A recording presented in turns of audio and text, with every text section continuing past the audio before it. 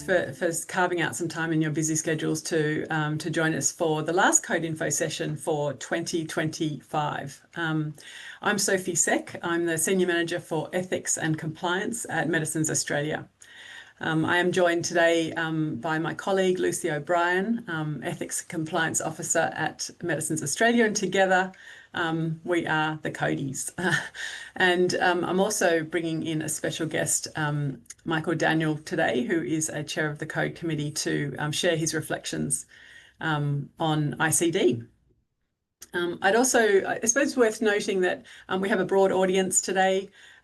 Some of you attending this session may have experienced ICD and been through intercompany dialogue and been an active participant in that, and others may not have. So, and others might be very attuned and experts in the code, and others might be, it might be an emerging area of knowledge. So, but we do hope that you will gain something, some elements of new information, at least a bedding down of existing information from today's session.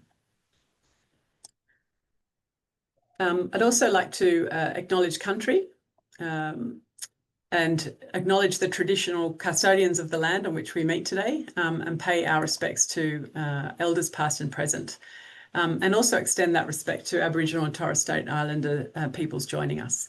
I'm on Ngunnawal country. I think many of you are joining from Gadigal land and Wiradjuri country, but feel free to use the chat box to acknowledge the country on which you meet.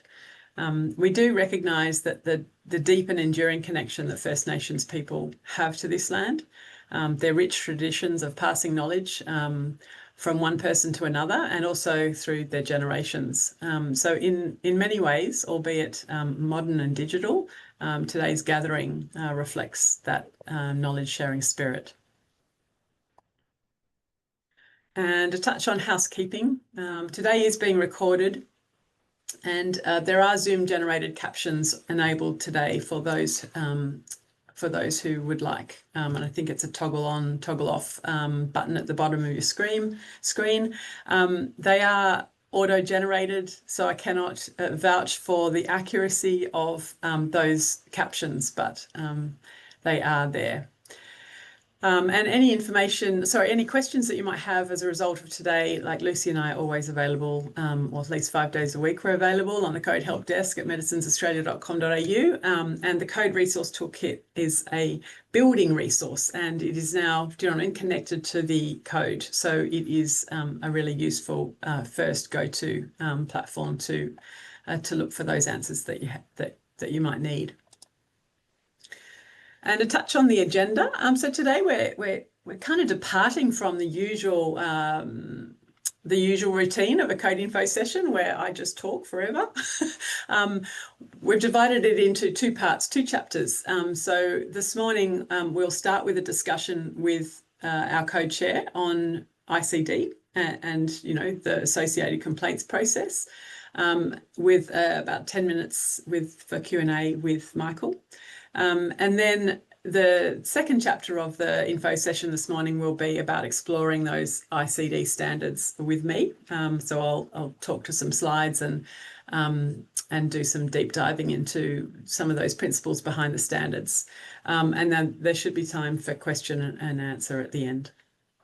If you are looking for, before I introduce Michael, we do have on our on our Medicines Australia corporate website, a tab called Code Committee, and it does include that document that you can see up there on the screen, which lists all our Code of Conduct Committee members and gives a short biography of those members, their tenure in the committee, as well as why they are on the committee. So if they were nominated by another organisation, for example.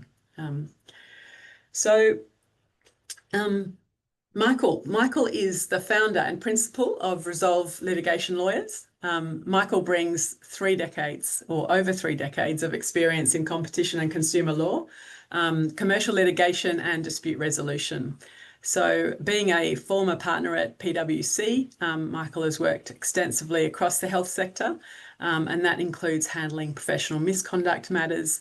It includes advising on pharmacy establishment cases, conducting compliance audits for the ACCC, sounds like fun, Michael, and representing pharmaceutical companies in product recall and consumer law cases before the Federal Court. So Michael has been a chair of the Code Committee for a very long time, and we really benefit from that longevity and that corporate knowledge and his skills associated with that role. So welcome, thank you, Michael. And thank you, Sophie, for that kind introduction.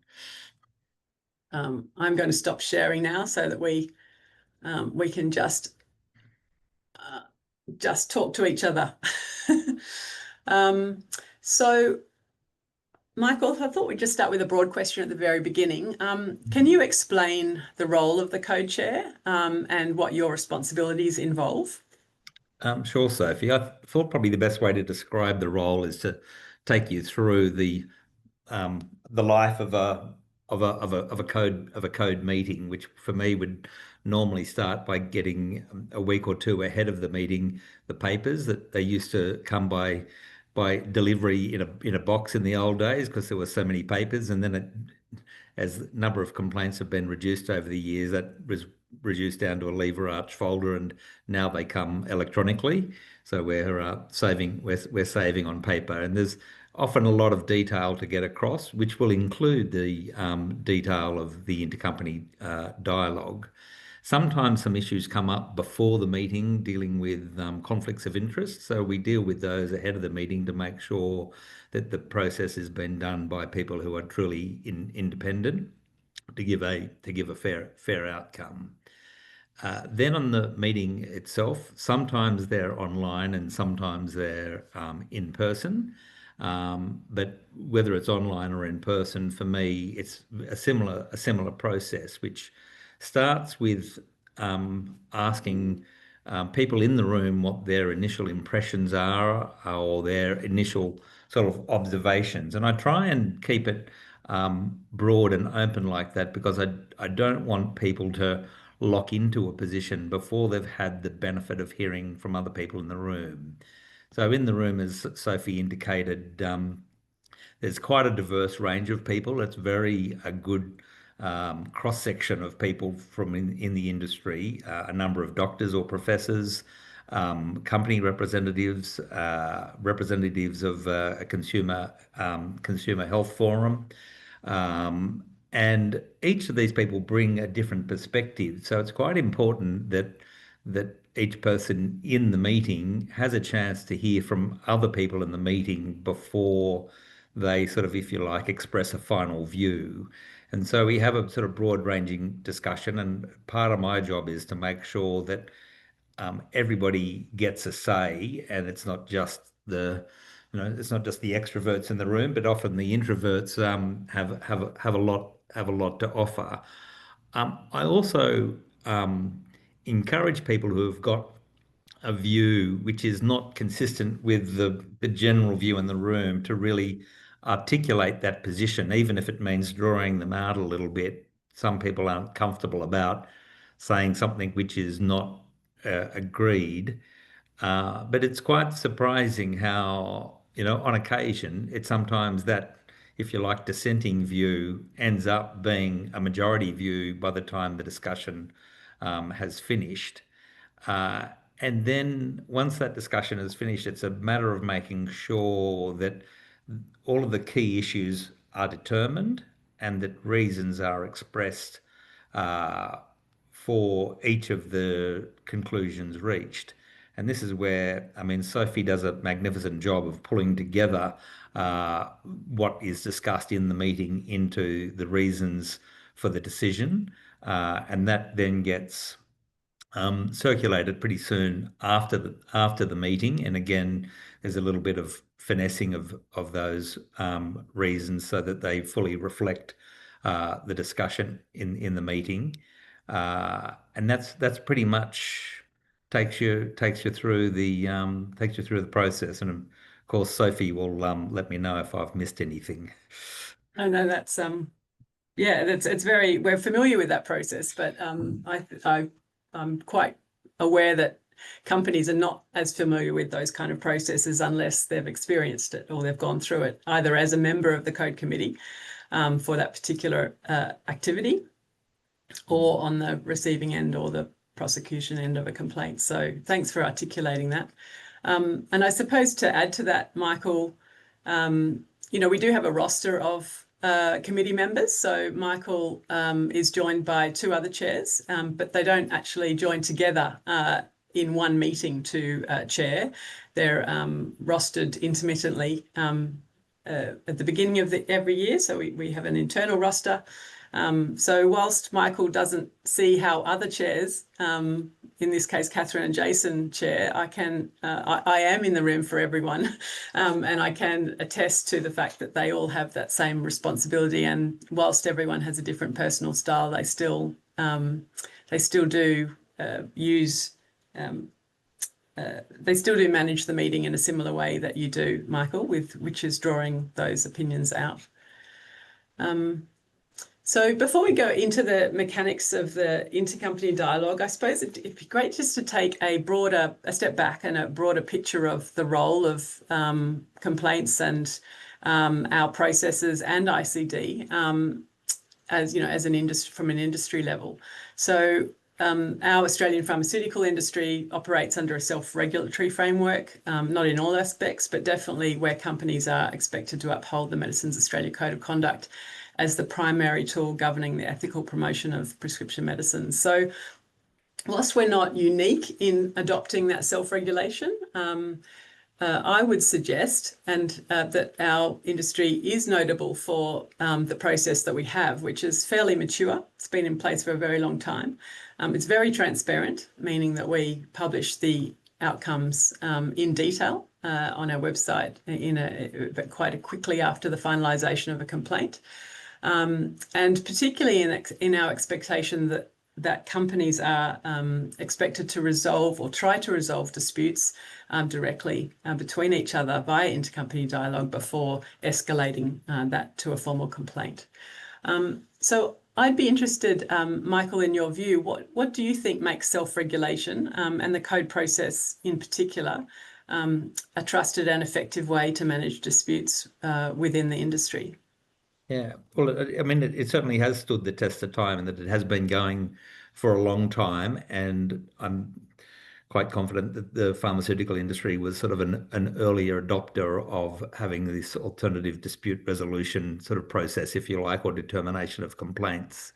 And I think having intercompany dialogue is a really important part of that, because that enables complaints to be resolved quickly and inexpensively. And I think that's the key advantage of having this complaint system is the quick and inexpensive resolution of complaints, because the alternative to that is for them to be dealt with by a regulator or through court action. And knowing, because my day job is dealing with matters going to court, I can really see the advantages in terms of time and cost savings. And a good example of this was a case that happened in 2013, which kicked off at the beginning of 2013 with a complaint to the Code of Conduct Committee, which was determined in March, with an appeal determined in June. At the same time, court proceedings were commenced in the federal court. Actually, it started a little bit later in February 2013, and that wasn't heard until June of 2014. A case that went on for a number of weeks in the federal court, and then with a judgment in partly in March and with orders made in April of 2015. So it was a process which took, instead of a matter of months, it took a matter of years, and at great expense to the parties. I don't know the actual cost, but I could conservatively estimate that it was into the millions. And that's just a great example of a comparison. And interesting that actually there was the same outcome for both processes, in that the complaints committee and the appeals committee dismissed the complaint with no sanctions, and the federal court did as well, but did so after a lot more time and cost. So, I think it's commendable that the industry has set up this method of resolving complaints like this, which are sort of really aimed at making sure that there is, confidence in the industry that pharmaceutical medicines are being marketed in an ethical way. Mm. That is it's quite fortuitous that we have that example. It's quite unusual to have, that benchmark both starting within a month of each other in the two different processes to be able to compare. And a lot of companies will talk about less about the cost in terms of monetary cost, but the cost on time, and the cost on resources to manage complaints at either level, I presume, despite whatever pathway. It is quite exhausting, but I can imagine that the court processes would require much more time and personnel than our current code complaints process. Well, you're quite right, Sophie, because it's more cost and time by using external lawyers plus experts, but also the litigation process puts a heavy toll on the company because the individuals, the medical directors and the like, are ending up being witnesses in a court case when instead of doing their day job, they're in court being cross-examined, and that's a diversion of the company's resources from what it's trying to achieve, which is the production and distribution of medications that are on the whole good for people, where the benefits exceed the risks. Yeah, and I think how does that work with transparency as well, like the difference between the court processes and our process? Well, yeah, no, that's a good question, because with your process or our process, the complaint is confidential until a decision is made, or if it's subject to appeal, that decision will be published once the process is finished.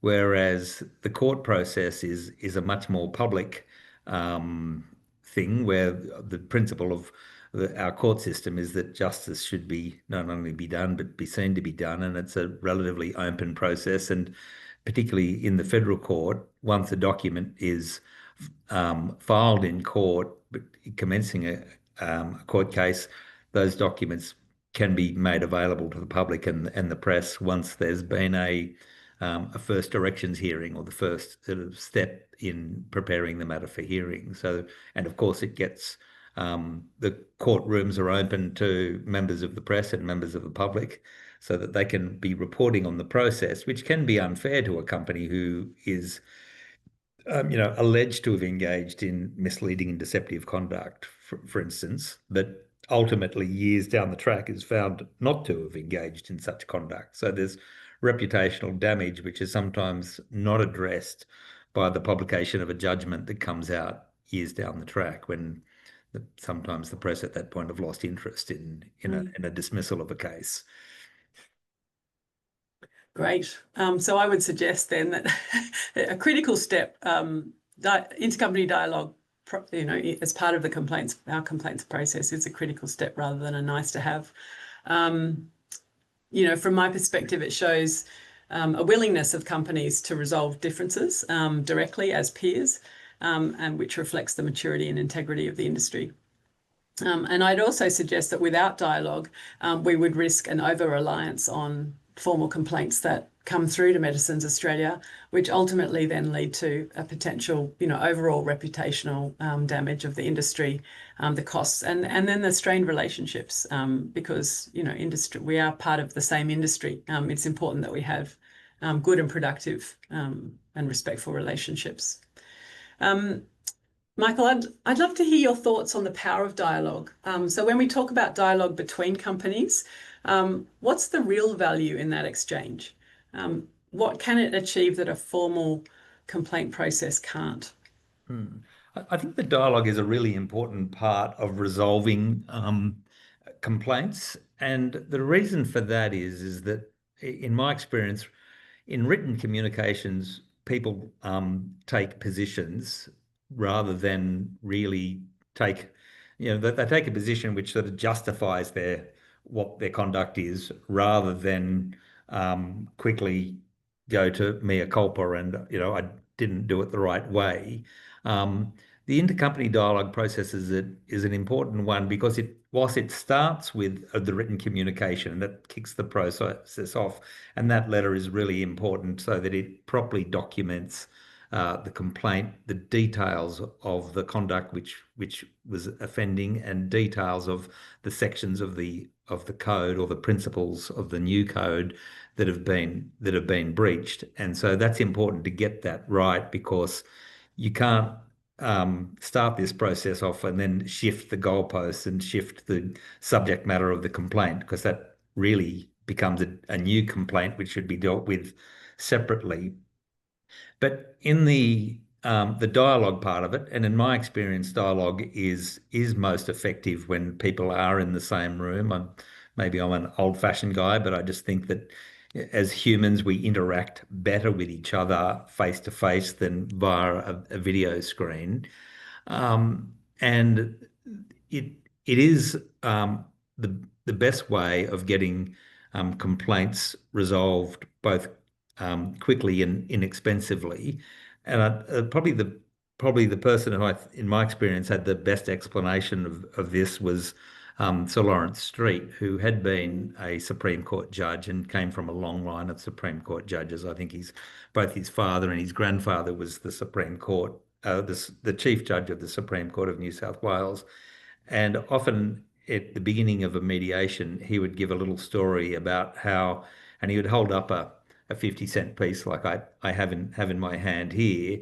And he would explain that, when he was a judge, he would always be listening to a case where the person on this side would be saying, look, this coin is a heads coin. And the person on that side would be saying, this is a coin with a tail side up, and he would have to make a call on whether it was heads or tails, which um, he found not a very satisfactory task, because um, in comparison with a mediation, which is really just a structured discussion, um, one side will pick up the coin and pass it over to the other side to see, so that other person can see their perspective. So the key to this is having a conversation where you're prepared to consider the other side's perspective, with a view to changing your position, and to see if there is a resolution. Because the alternative to resolving the complaint is that it will go to the code committee, it will get determined. And if you're on the wrong side of the argument, you're better off to effectively acknowledge it at the intercompany dialogue stage, um, than have the consequences of penalties and corrective action imposed upon you. So it gives the company an opportunity to take a position of responsibility, to sort of effectively say, well, we said something that we shouldn't have said, and taking, an agreed outcome.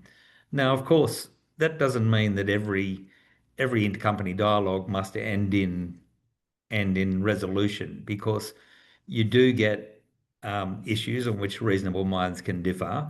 And you even see this, I see this um, at the committee level, where different people in the room will have a different view on whether it is a breach or not. And the thing is, I know there's probably a lot of medical people in the room who are used to dealing with science, and science normally gives, a right and a wrong answer, like E is equal to MC squared or whatever, and various chemical equations happen in a certain way, and there's a definite answer. But here, when you're dealing with the ethical marketing of medicines, most of the complaints which I see usually come down to the um, whether a claim of efficacy or safety is properly substantiated, or whether it is misleading. Now, they're both topics on which you get line calls. Like, sometimes there can be some substance or substantiation of a claim, but there's the question, is it enough? And likewise with sort of misleading and deceptive claims, you can get different views on. You've got to look at what the audience of that claim is. And if you're dealing with doctors or specialist doctors, some people will have a view that, well, the doctor will understand that and not be misled. But other people will take a more protective view and say, well, no, doctors are busy and that they don't necessarily go and read all the papers and, do anything other than have a quick impressionistic feeling. So you get different views on the answers to these questions. And that's really what we see at the code level are those sort of line ball calls where the ball hits the line and is the line in or is the line out is what happens. I hope that's helpful. Sorry if I went on a bit. No, that's a great explanation, Michael. And I wouldn't mind piggybacking off of that because we've got a question in the Q&A box that actually kind of relates to, the interpretation of material by code committee members. So noting that, we've moved to a principle-based code, we're less prescriptive, and, that can open up, some, I guess, varying interpretations by the code committee. How do you foresee that, our code committee members, if they do come to differing interpretations of the code, that might be a bit different to how industry interprets it. How do you think that is managed when you've got those differing perspectives?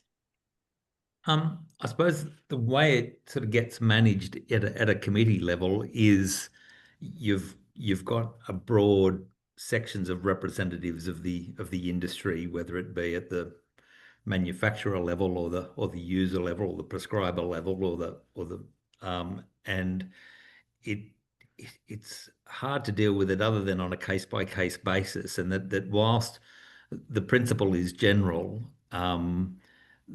the actual decision making comes still down to effectively, is the claim accurate? Is it substantiated? Is there something about it that is misleading? So it's not just all soft and rubbery and it's a free for all. It's probably expressed a little differently, but ultimately, any claims have got to meet pretty much the same standards as before. Yeah, great. And do you have anything to add to that, Sophie? Yeah, well, except to say that I think, it's really valuable that our member representatives are in the room. They are voting members of the code committee. They are there to contribute their opinion as to the relevance of interpretation, let's call it, of the code to the way the industry understands it. Medicines Australia, we have a whole suite of guidance and resources that can be used to explain the code, but I would suggest it's less about the interpretation of the code. I wouldn't go that far to say that that's inconsistent. I would lean on what Michael said. It's how to apply those principles in the particular context that the committee is presented. And obviously, it is invariable that one party will come away from a complaint with less agreement or less satisfaction in the way that the code committee interpreted it, whereas the other party will likely feel very comfortable and happy with the way that the committee made their decision. That's just the nature of complaints. But thanks, Luce, for jumping in. I might just ask you another question, Michael, before we go to some more Q&A. So I know that you as a co-chair and myself, we don't actually see and experience, nor are we part of intercompany dialogue. So I suppose I should have put that out as a caveat at the very beginning of the session today. But we do, or you do, see the records of ICD after they're finished when a complaint hasn't been resolved and comes to the committee. So in terms of reviewing the documentation that's presented to you, the emails, the tone, the timelines, the transcript, do you get a sense from those papers whether intercompany dialogue was handled well? Yeah, you do, and my general experience is that it generally is handled well, like it is handled respectfully, and I think that the process is generally followed well, and the records of the intercompany dialogue are a useful thing to give context to a complaint or a response, and can give you, a better understanding of the position of each of the parties than just what's in the correspondence that goes to the letter that would go to the committee, and the response at the at, that follows after the intercompany dialogue. And you do, I mean, what we only, of course, see the intercompany dialogue where there's not a resolution, but there's sometimes a partial resolution, and so sometimes you can see that there have been a number of complaints that have been resolved, and so it then cuts down on the work of the committee, because it only needs to determine things that haven't been resolved. So it is Mm. important part of the process that it's well documented precisely what's resolved and what's not resolved. Yeah, great. And I suppose unless unless there is a complaint before the committee about the ICD standards not being followed, the committee generally doesn't formally assess the quality of that dialogue. Rather, it kind of contextualizes the complaint, I suppose, for not only the committee but also the parties prior to making that complaint. Yeah, that's right. But that'll change when there's the first complaint for non-compliance with the standards of intercompany dialogue, which is, I think, a very useful document that was published, and it's got a very, very useful sort of flowchart at the back, simplifying the process, which is a very good reference point to have, and I think will be useful at improving the standard of intercompany dialogue, because there's a good reference material there to work on, and to give guidance on the clear focus on at least having an intention to resolve the dispute. So you don't have to resolve the dispute, but you've got to have an intention to resolve it. Yeah. Keep on. I've just got so many questions. Sorry. And these are your reflections only, I should add. But like now that we are in a principles-based code environment, and we used to not be when we had edition 18 and prior, and you were around during those days. So I'd be interested in your opinion about how a principles-based code, or if a principles-based code has affected the way companies handle ICD. Like, do you think a principles-based code makes ICD easier or potentially more challenging? There have been a big drop off in the number of complaints. The sort of only thing that I can conclude from this is that the principles-based code has been better at bringing about compliance, and/or the improved standard of intercompany dialogue has improved the rate of resolution of complaints between the companies before they get to the committee. Mm. So I'd be interested, I suppose it's worth letting people know, if they haven't figured it out already, that in prior days, if an allegation was made about a company abusing the code, or that the abuse of the code was breached, that was often the place in which companies were able to prosecute and explain how frustrating that ICD activity and process was, and therefore through that experience, they could and have alleged that the code was abused because of that ICD process. But now, I suppose, with Code Edition 20, we have 15.5, which actually creates a space for that allegation to be made, or that complaint to be made, rather than the larger and more broader and higher threshold of the code being abused. So once we start seeing complaints referencing 15.5, and we haven't yet, Michael, so we are hypothesising, but what kind of things do you think the committee would be looking to assess whether dialogue met those standards?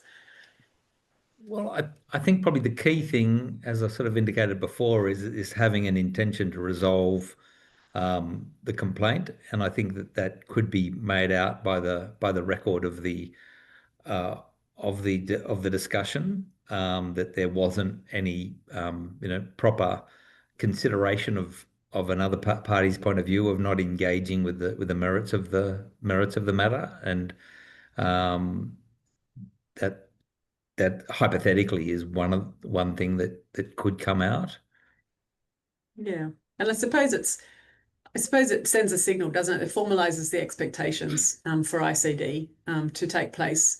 And I suppose the focus, I would suggest, is on meaningful engagement, Right. not at the expense of technical breaches. Like, the focus shouldn't be on a technical breach of the ICD standards. It would be more on how that activity created the problem in the first place. That's right. If there's somebody was a day late on the timeline, that's not the sort of thing that you'd expect to be the subject of a complaint. Yeah, great. And one last question before Lucy throws some questions at us, or at you. To wrap up, like, do you have any advice or reflections for companies on ICD and complaints in general? Probably my overriding sort of message would be that one of, when you're engaged in this process, put yourself in the shoes of the other side to try and understand it from their perspective, with a view to seeing what can be done to resolve it, rather than have a decision by the code committee. Perfect. And Over to you. yeah, now that Thanks, Michael. I think if I You went can on, I'd now be stand repeating down. Your myself. interrogation is over from me, but Lucy, No, yeah, it's are there my any turn. questions coming through? Yeah, but we've had quite a few actually, and they're related to the discussion that we're already having. But I think, yeah, if we could talk about the intention of ICD to come to a resolution. One of the questions that we had was, what do you do if a party comes to ICD without the intention of resolution? And, not saying that this is a common behavior, but it could involve threatening or interrogating the other party. So the question is there a standard etiquette that companies can refer to, and how we can hold companies accountable? Obviously, from our discussions, the ICD standard is that standard etiquette, but how would that hold companies accountable, Michael? Well, I think to hold them accountable, that's why there is the provision in 15.5 of the code that means that if that is happening, then that can be the subject of a separate complaint. So irrespective of the merits of the original complaint, just not properly engaging in the process and complying with the document, the standards for intercompany dialogue, can itself be a complaint that would be dealt with by the committee at the next meeting. And you have said before, Michael, that the committee can't really adjudicate on the intent of a company. Like, that is quite difficult to determine. So is that have I got that right? Well, it is, and I suppose, to the extent there's a difficulty on the company's intent, we would often give the company the benefit of the doubt. But if given we're speaking hypothetically,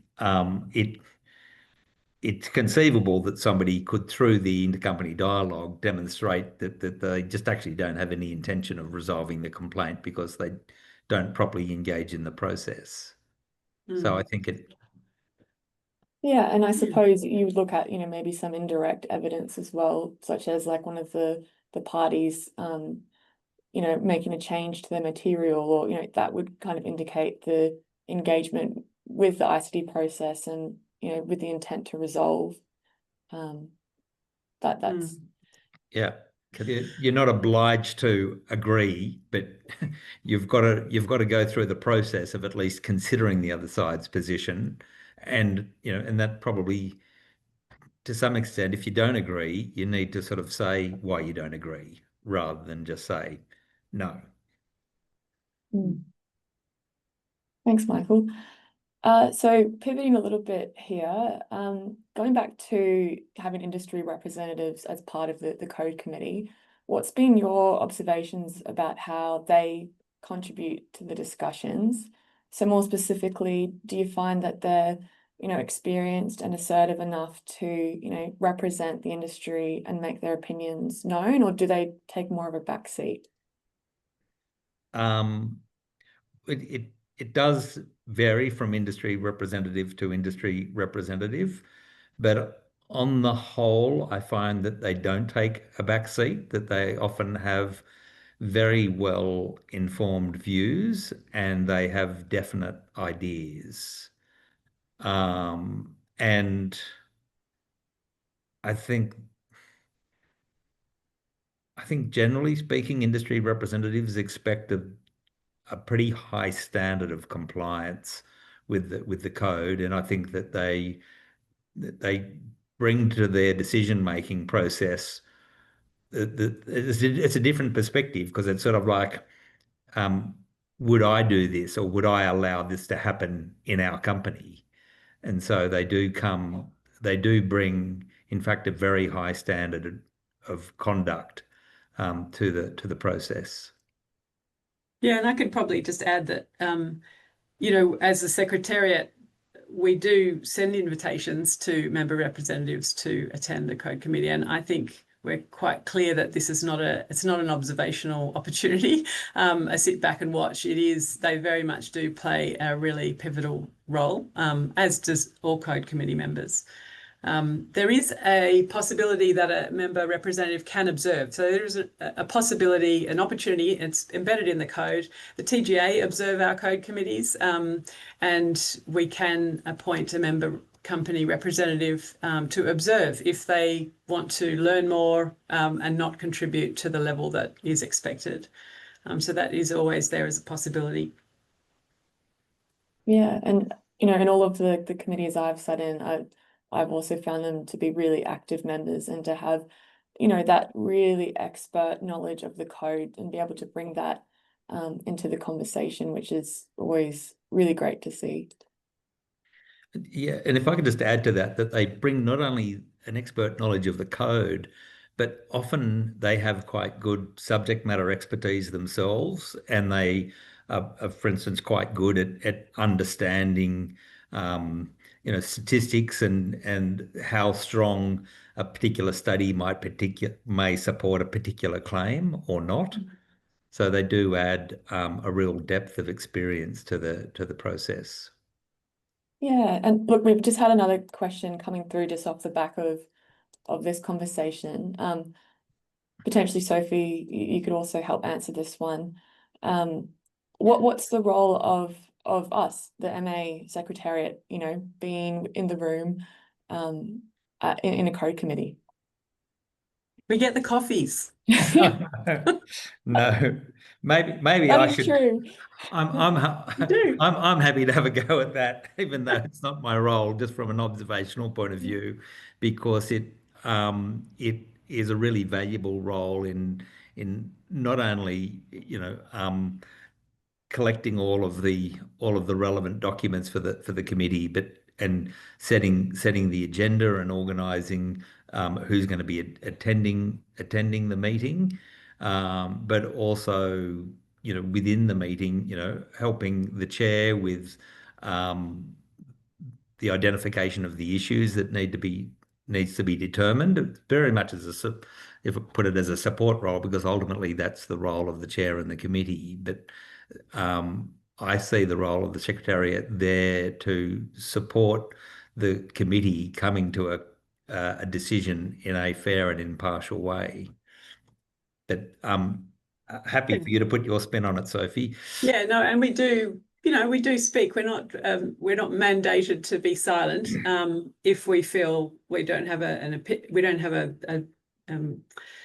we do pipe up, I suppose, when the code is being interpreted in a way that potentially is inconsistent with the advice that we've been giving industry, and also just with which doesn't happen very often, but just to corral and I suppose be that adhesive kind of role.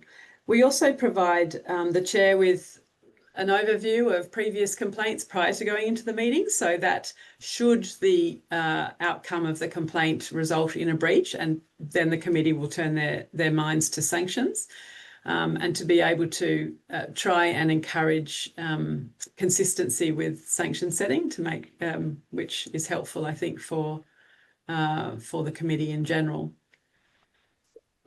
Yeah, and I think the key message is, we do play a supportive role in that sense, but for the most part, our involvement in the actual code committee itself is limited, to respect the independence of the code committee members in coming to their conclusions. Yeah, and I guess that's also demonstrated by the fact that whilst Sophie has can have a say, she doesn't get to have a vote. So that it's the decision, very much the decision of the committee with the support of And Secretary. Michael, can I just say on record, I am very happy with that position. When I read the complaints that come, I think my brain just goes in all different directions. And I think, thank goodness, I don't have an adjudication role. And then, and that brings us back to the conclusion, I suppose, really, of your role, Michael, is, we really value, with your background and the background of the other chairs, the ability of a legal mind to be able to synthesize and pave a sensible and common sense route through a huge in-depth information and conflicting information sometimes is, sometimes magic. Like, really, it's the role that the chair is able to bring to the committee in synthesizing the kind of ways to think about a complaint, and to ensure that the complaint doesn't stay down in the weeds, but is very much in the scope of what needs to be decided. It is wonderful to watch. Well, kind of you to say so, Sophie, but my experience is that a lot of the core expertise sits with every member of the committee. So it's just a matter of making sure that all of that comes to play in the decision-making process. Look, I think you have a day job to go to now, so I would like to say thank you so much for sharing your reflections today. So now we're just into that kind of second component, the second chapter of the Code Info session. Hopefully I don't have to introduce the ICD standards. They have been on our website since November last year. They came into effect on the 30th of March this year in connection with Code Edition 20. They are on the Code Resource Toolkit, and I think Lucy can pop some of those links in the chat. Thanks, Luce. They are also referenced in the code at section 15.1 and 15.5, and they are connected to the code through our interactive code in section 15. They include a whole lot of things, but it's not such a dense document, 6 pages in total, so it's nice and succinct. The purpose of the ICD standards is to promote communication and interactions between companies in relation to a complaint that they have. Our view is that they should give confidence to both companies to follow a consistent and robust ICD process that ultimately demonstrates or tries to find an alignment, and it demonstrates an intention to resolve matters where possible. And we have heard that that is not always possible, but it is a good process to follow. I do have some questions for you. We might do a quick poll now, if that's okay.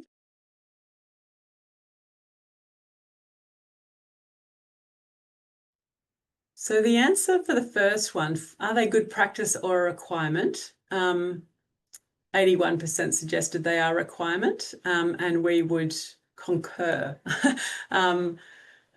They are referenced in the code, and a company can be held accountable to those standards. So whilst they're not embedded inside the code, they are referenced. They are a thing.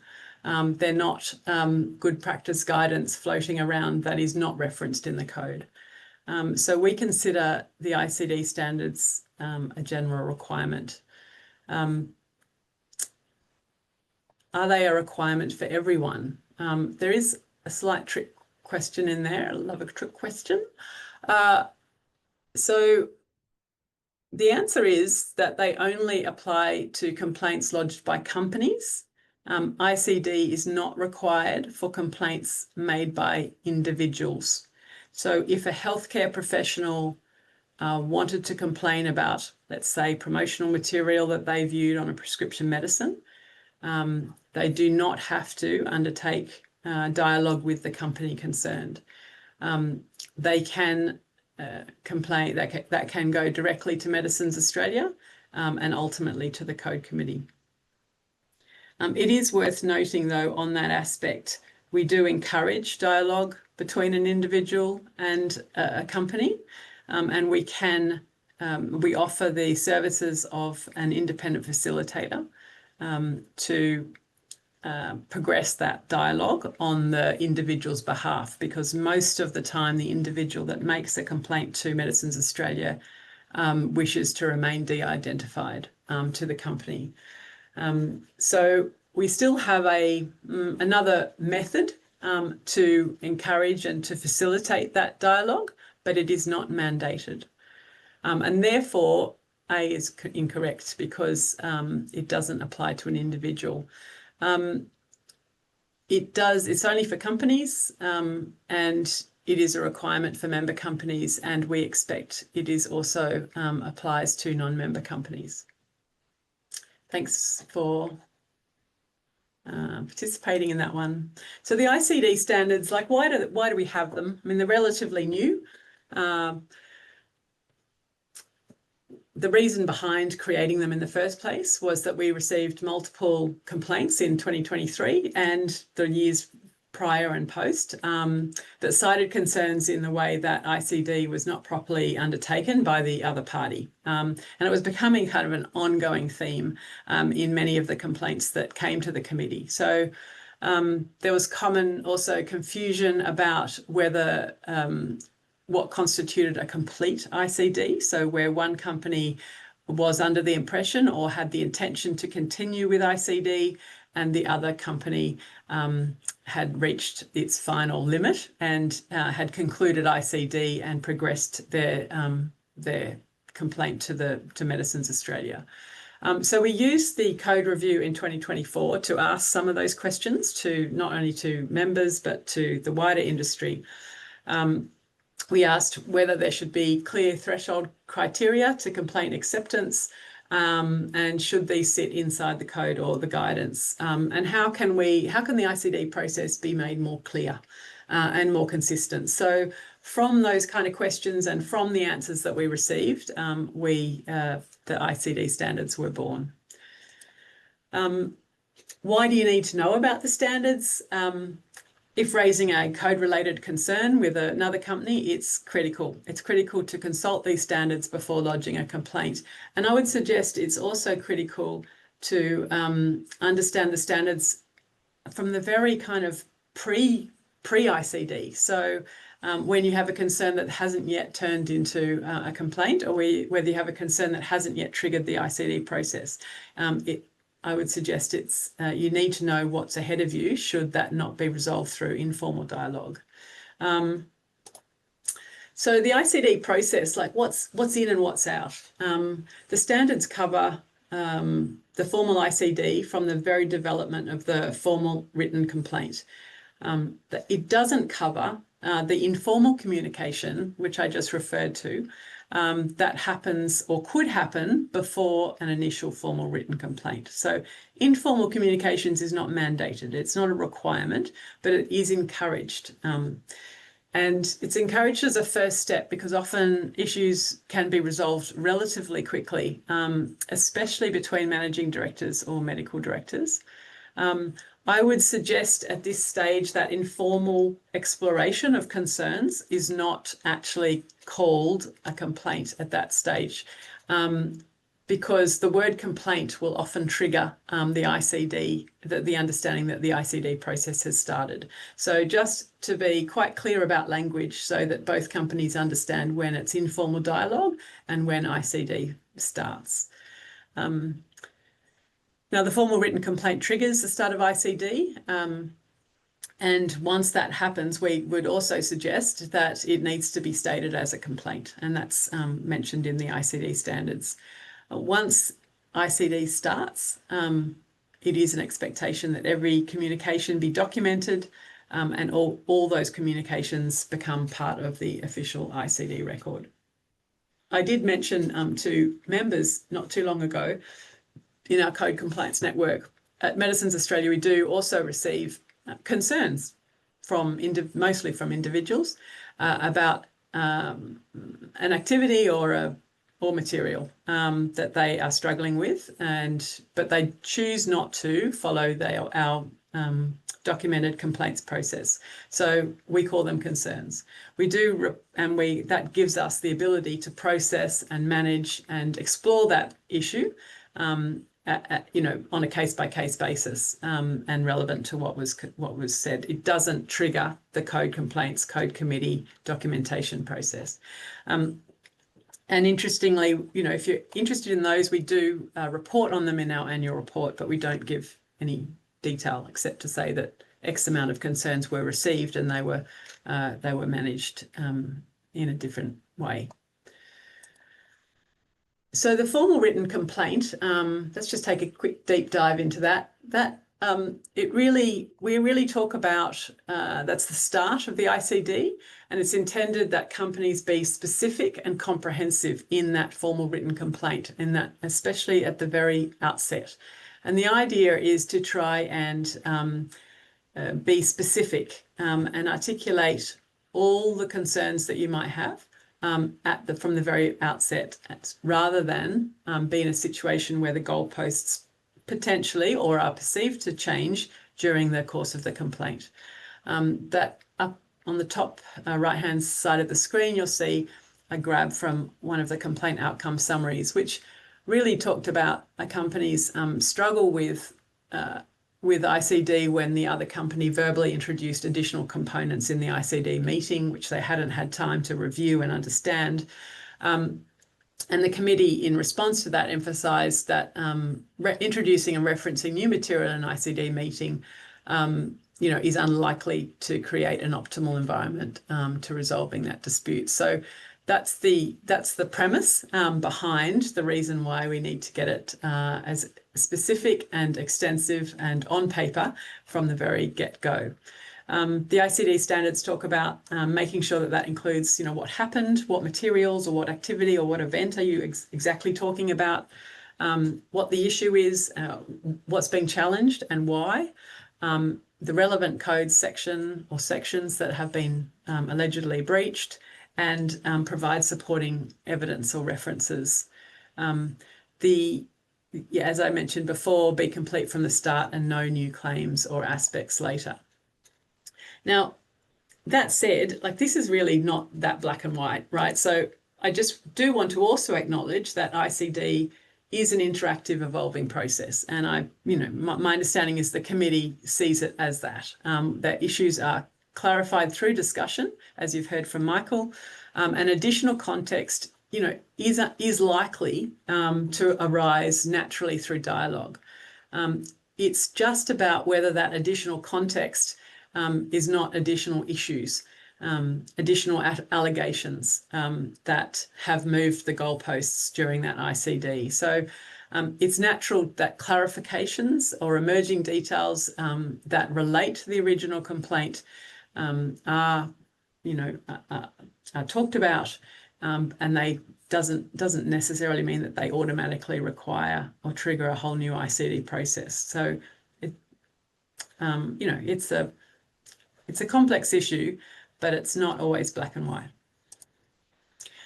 In terms of the ICD meeting itself, obviously the standards require that meeting take place, and as you've heard from Michael, in his perspective, he sees more benefit in face-to-face meetings, but that is not always the case for everyone, and it's not always possible. So we're not prescriptive in what we require from a meeting, and these are 3 different models that I have seen come through from the visibility that we have. So one was a documentation light approach, which both companies agreed to. So it was literally a brief email, 40 words in an email that summarised the meeting outcomes. Each company's slides were attached to that email as they presented in the ICD, had presented in the meeting, and that showed their positions. So that was adequate for those two companies as a record of that ICD meeting. The benefit to that was that it kept things simple and it minimised the back and forth that was potentially unnecessary. However, it did later prove difficult to demonstrate exactly what was discussed during ICD. Another option is a face-to-face meeting with dual set of minutes. So where both companies hold face-to-face meeting, they both take their own minutes and afterwards they attempt to reconcile and agree on a single version. That has happened before, and it has happened where companies are unable to agree on that single version of minutes. On the positive side, it does provide detailed records and clarity on the positions of the company, both companies. But reaching agreement on that single set of minutes afterwards can be resource intensive, and it could add strain to potentially what's an already constrained relationship. And then we have a virtual meeting with a transcript. So we've got the benefit of many different scribing services, especially easily done through digitally, where the meeting is held virtually. The platform's transcript service is used as a meeting record. Both companies retain that transcript record and reference it as the official record. So the benefit of that is that there's really minimal effort involved, and it is an accurate, acceptedly an accurate record of the meeting, but they can miss the context and the tone, and they might, suggest that they need to be reviewed for accuracy. In terms of the time frame, so just as the code sets out timelines for complaints, the ICD standards also defer clear timelines for dialogue. So the idea behind ICD is that it's responsive, it's focused, and it's time-bound. We don't need it to be a never-ending story. Both companies are often very invested in having ICD finalised at some point, because it does tie up the resources of both companies. So it does set out, the general expectation is that it takes 35 working days from the formal written complaint until the end of the ICD.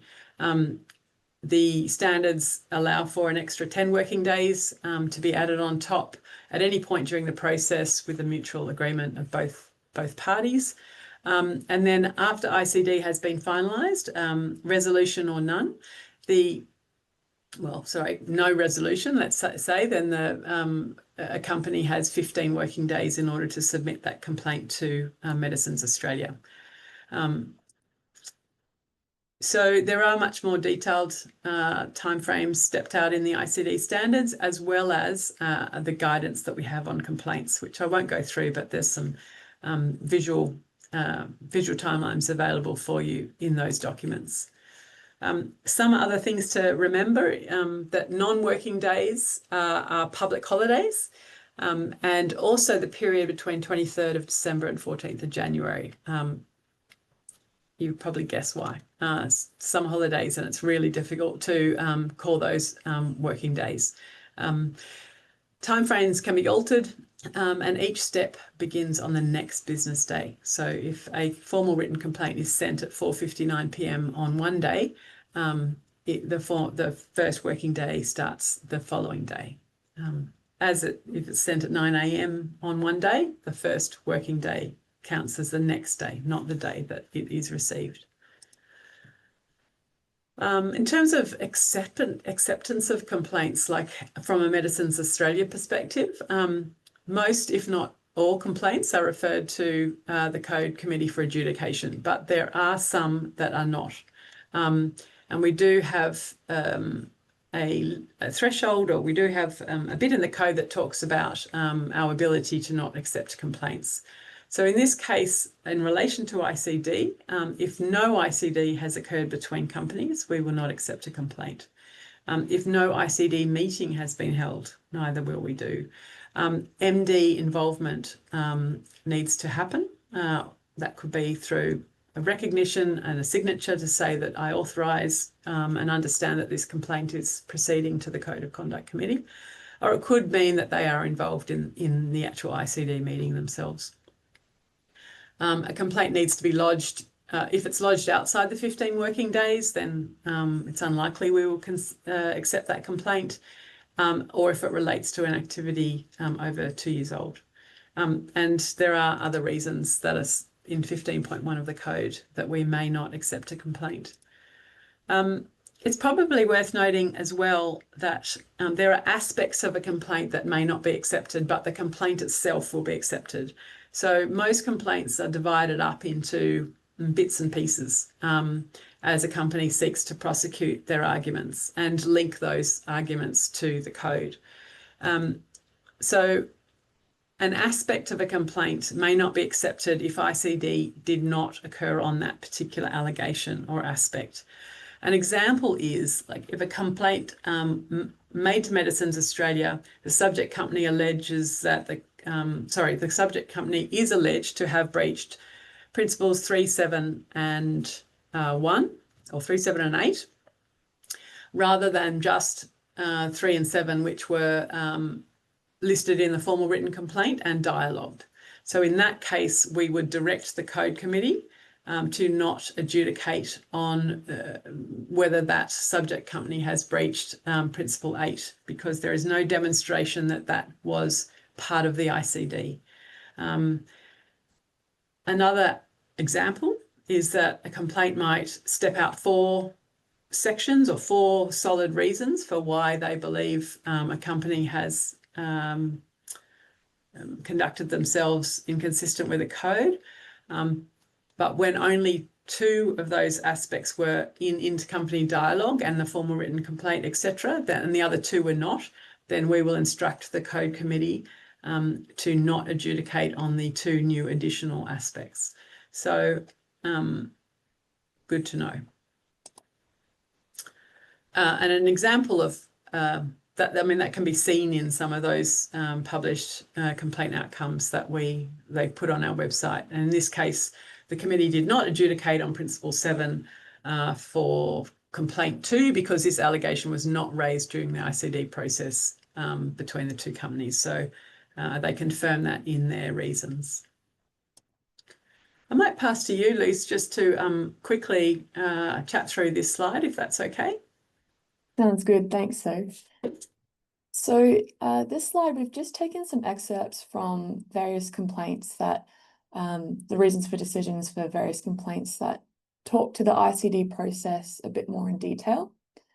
And we look at these reasons for decisions as, quite an important way of how the ICD process is actually, grounded in the actual committee processes. So it also has, I suppose, a role in setting precedents as well when it comes to understanding how ICD is expected to occur. And so we've just put up a few, key messages that, once it's written in the reasons for decision, the Code Committee are, looking for industry to understand their perspective on this. So that the first being, if one company and not the other considered that ICD is resolved, then the committee would consider the ICD not resolved and therefore can accept the complaint on that basis.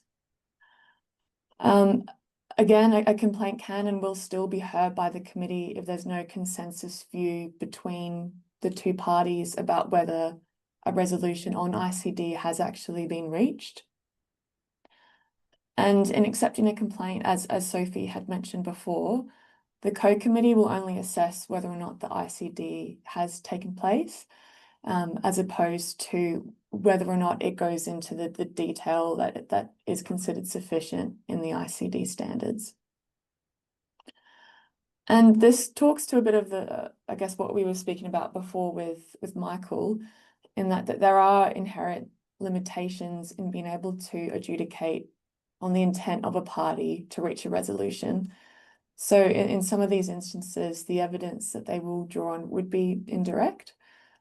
The excerpt at the very bottom, that in that small box, does talk to, an instance where they used, a company who did update their materials during ICD as evidence of their intent to come to a resolution. So just a reminder that these reasons for decisions do contain some key messages that, might help companies in interpreting the ICD process. Thanks, Soph. Thanks,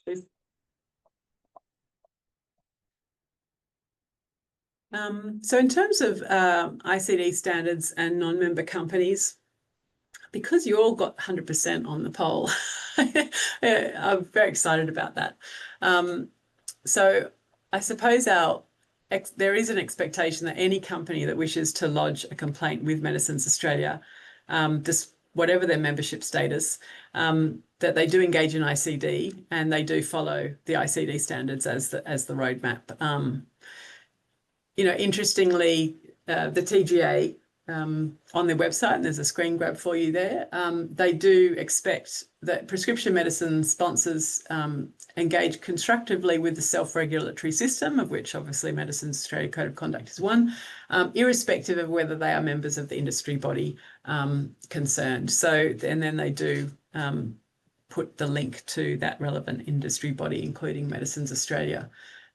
So I suppose I would suggest that the actual official regulator, the TGA, does expect that companies use our complaints process in the first instance, and therefore it flows logically that they also follow the roadmap for ICD to allow that process to continue.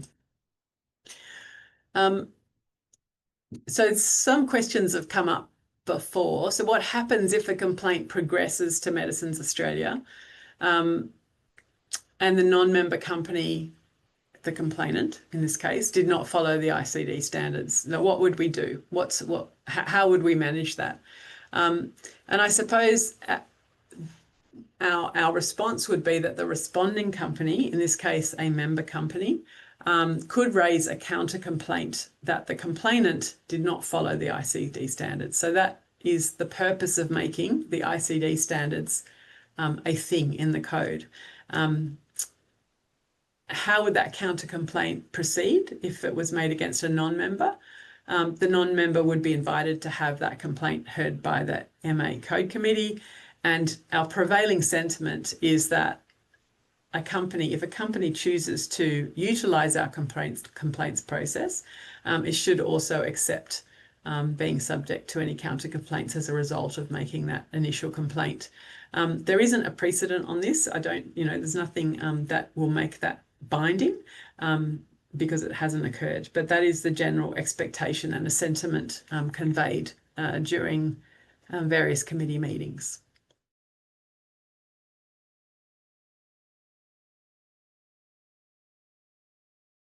So just rounding off, if you want any more information, we have the interactive code on the website. Attached to that is the code resource toolkit. Continuing education program talks also about the complaints process and ICD, and obviously you know who we are and where we are and how to reach us.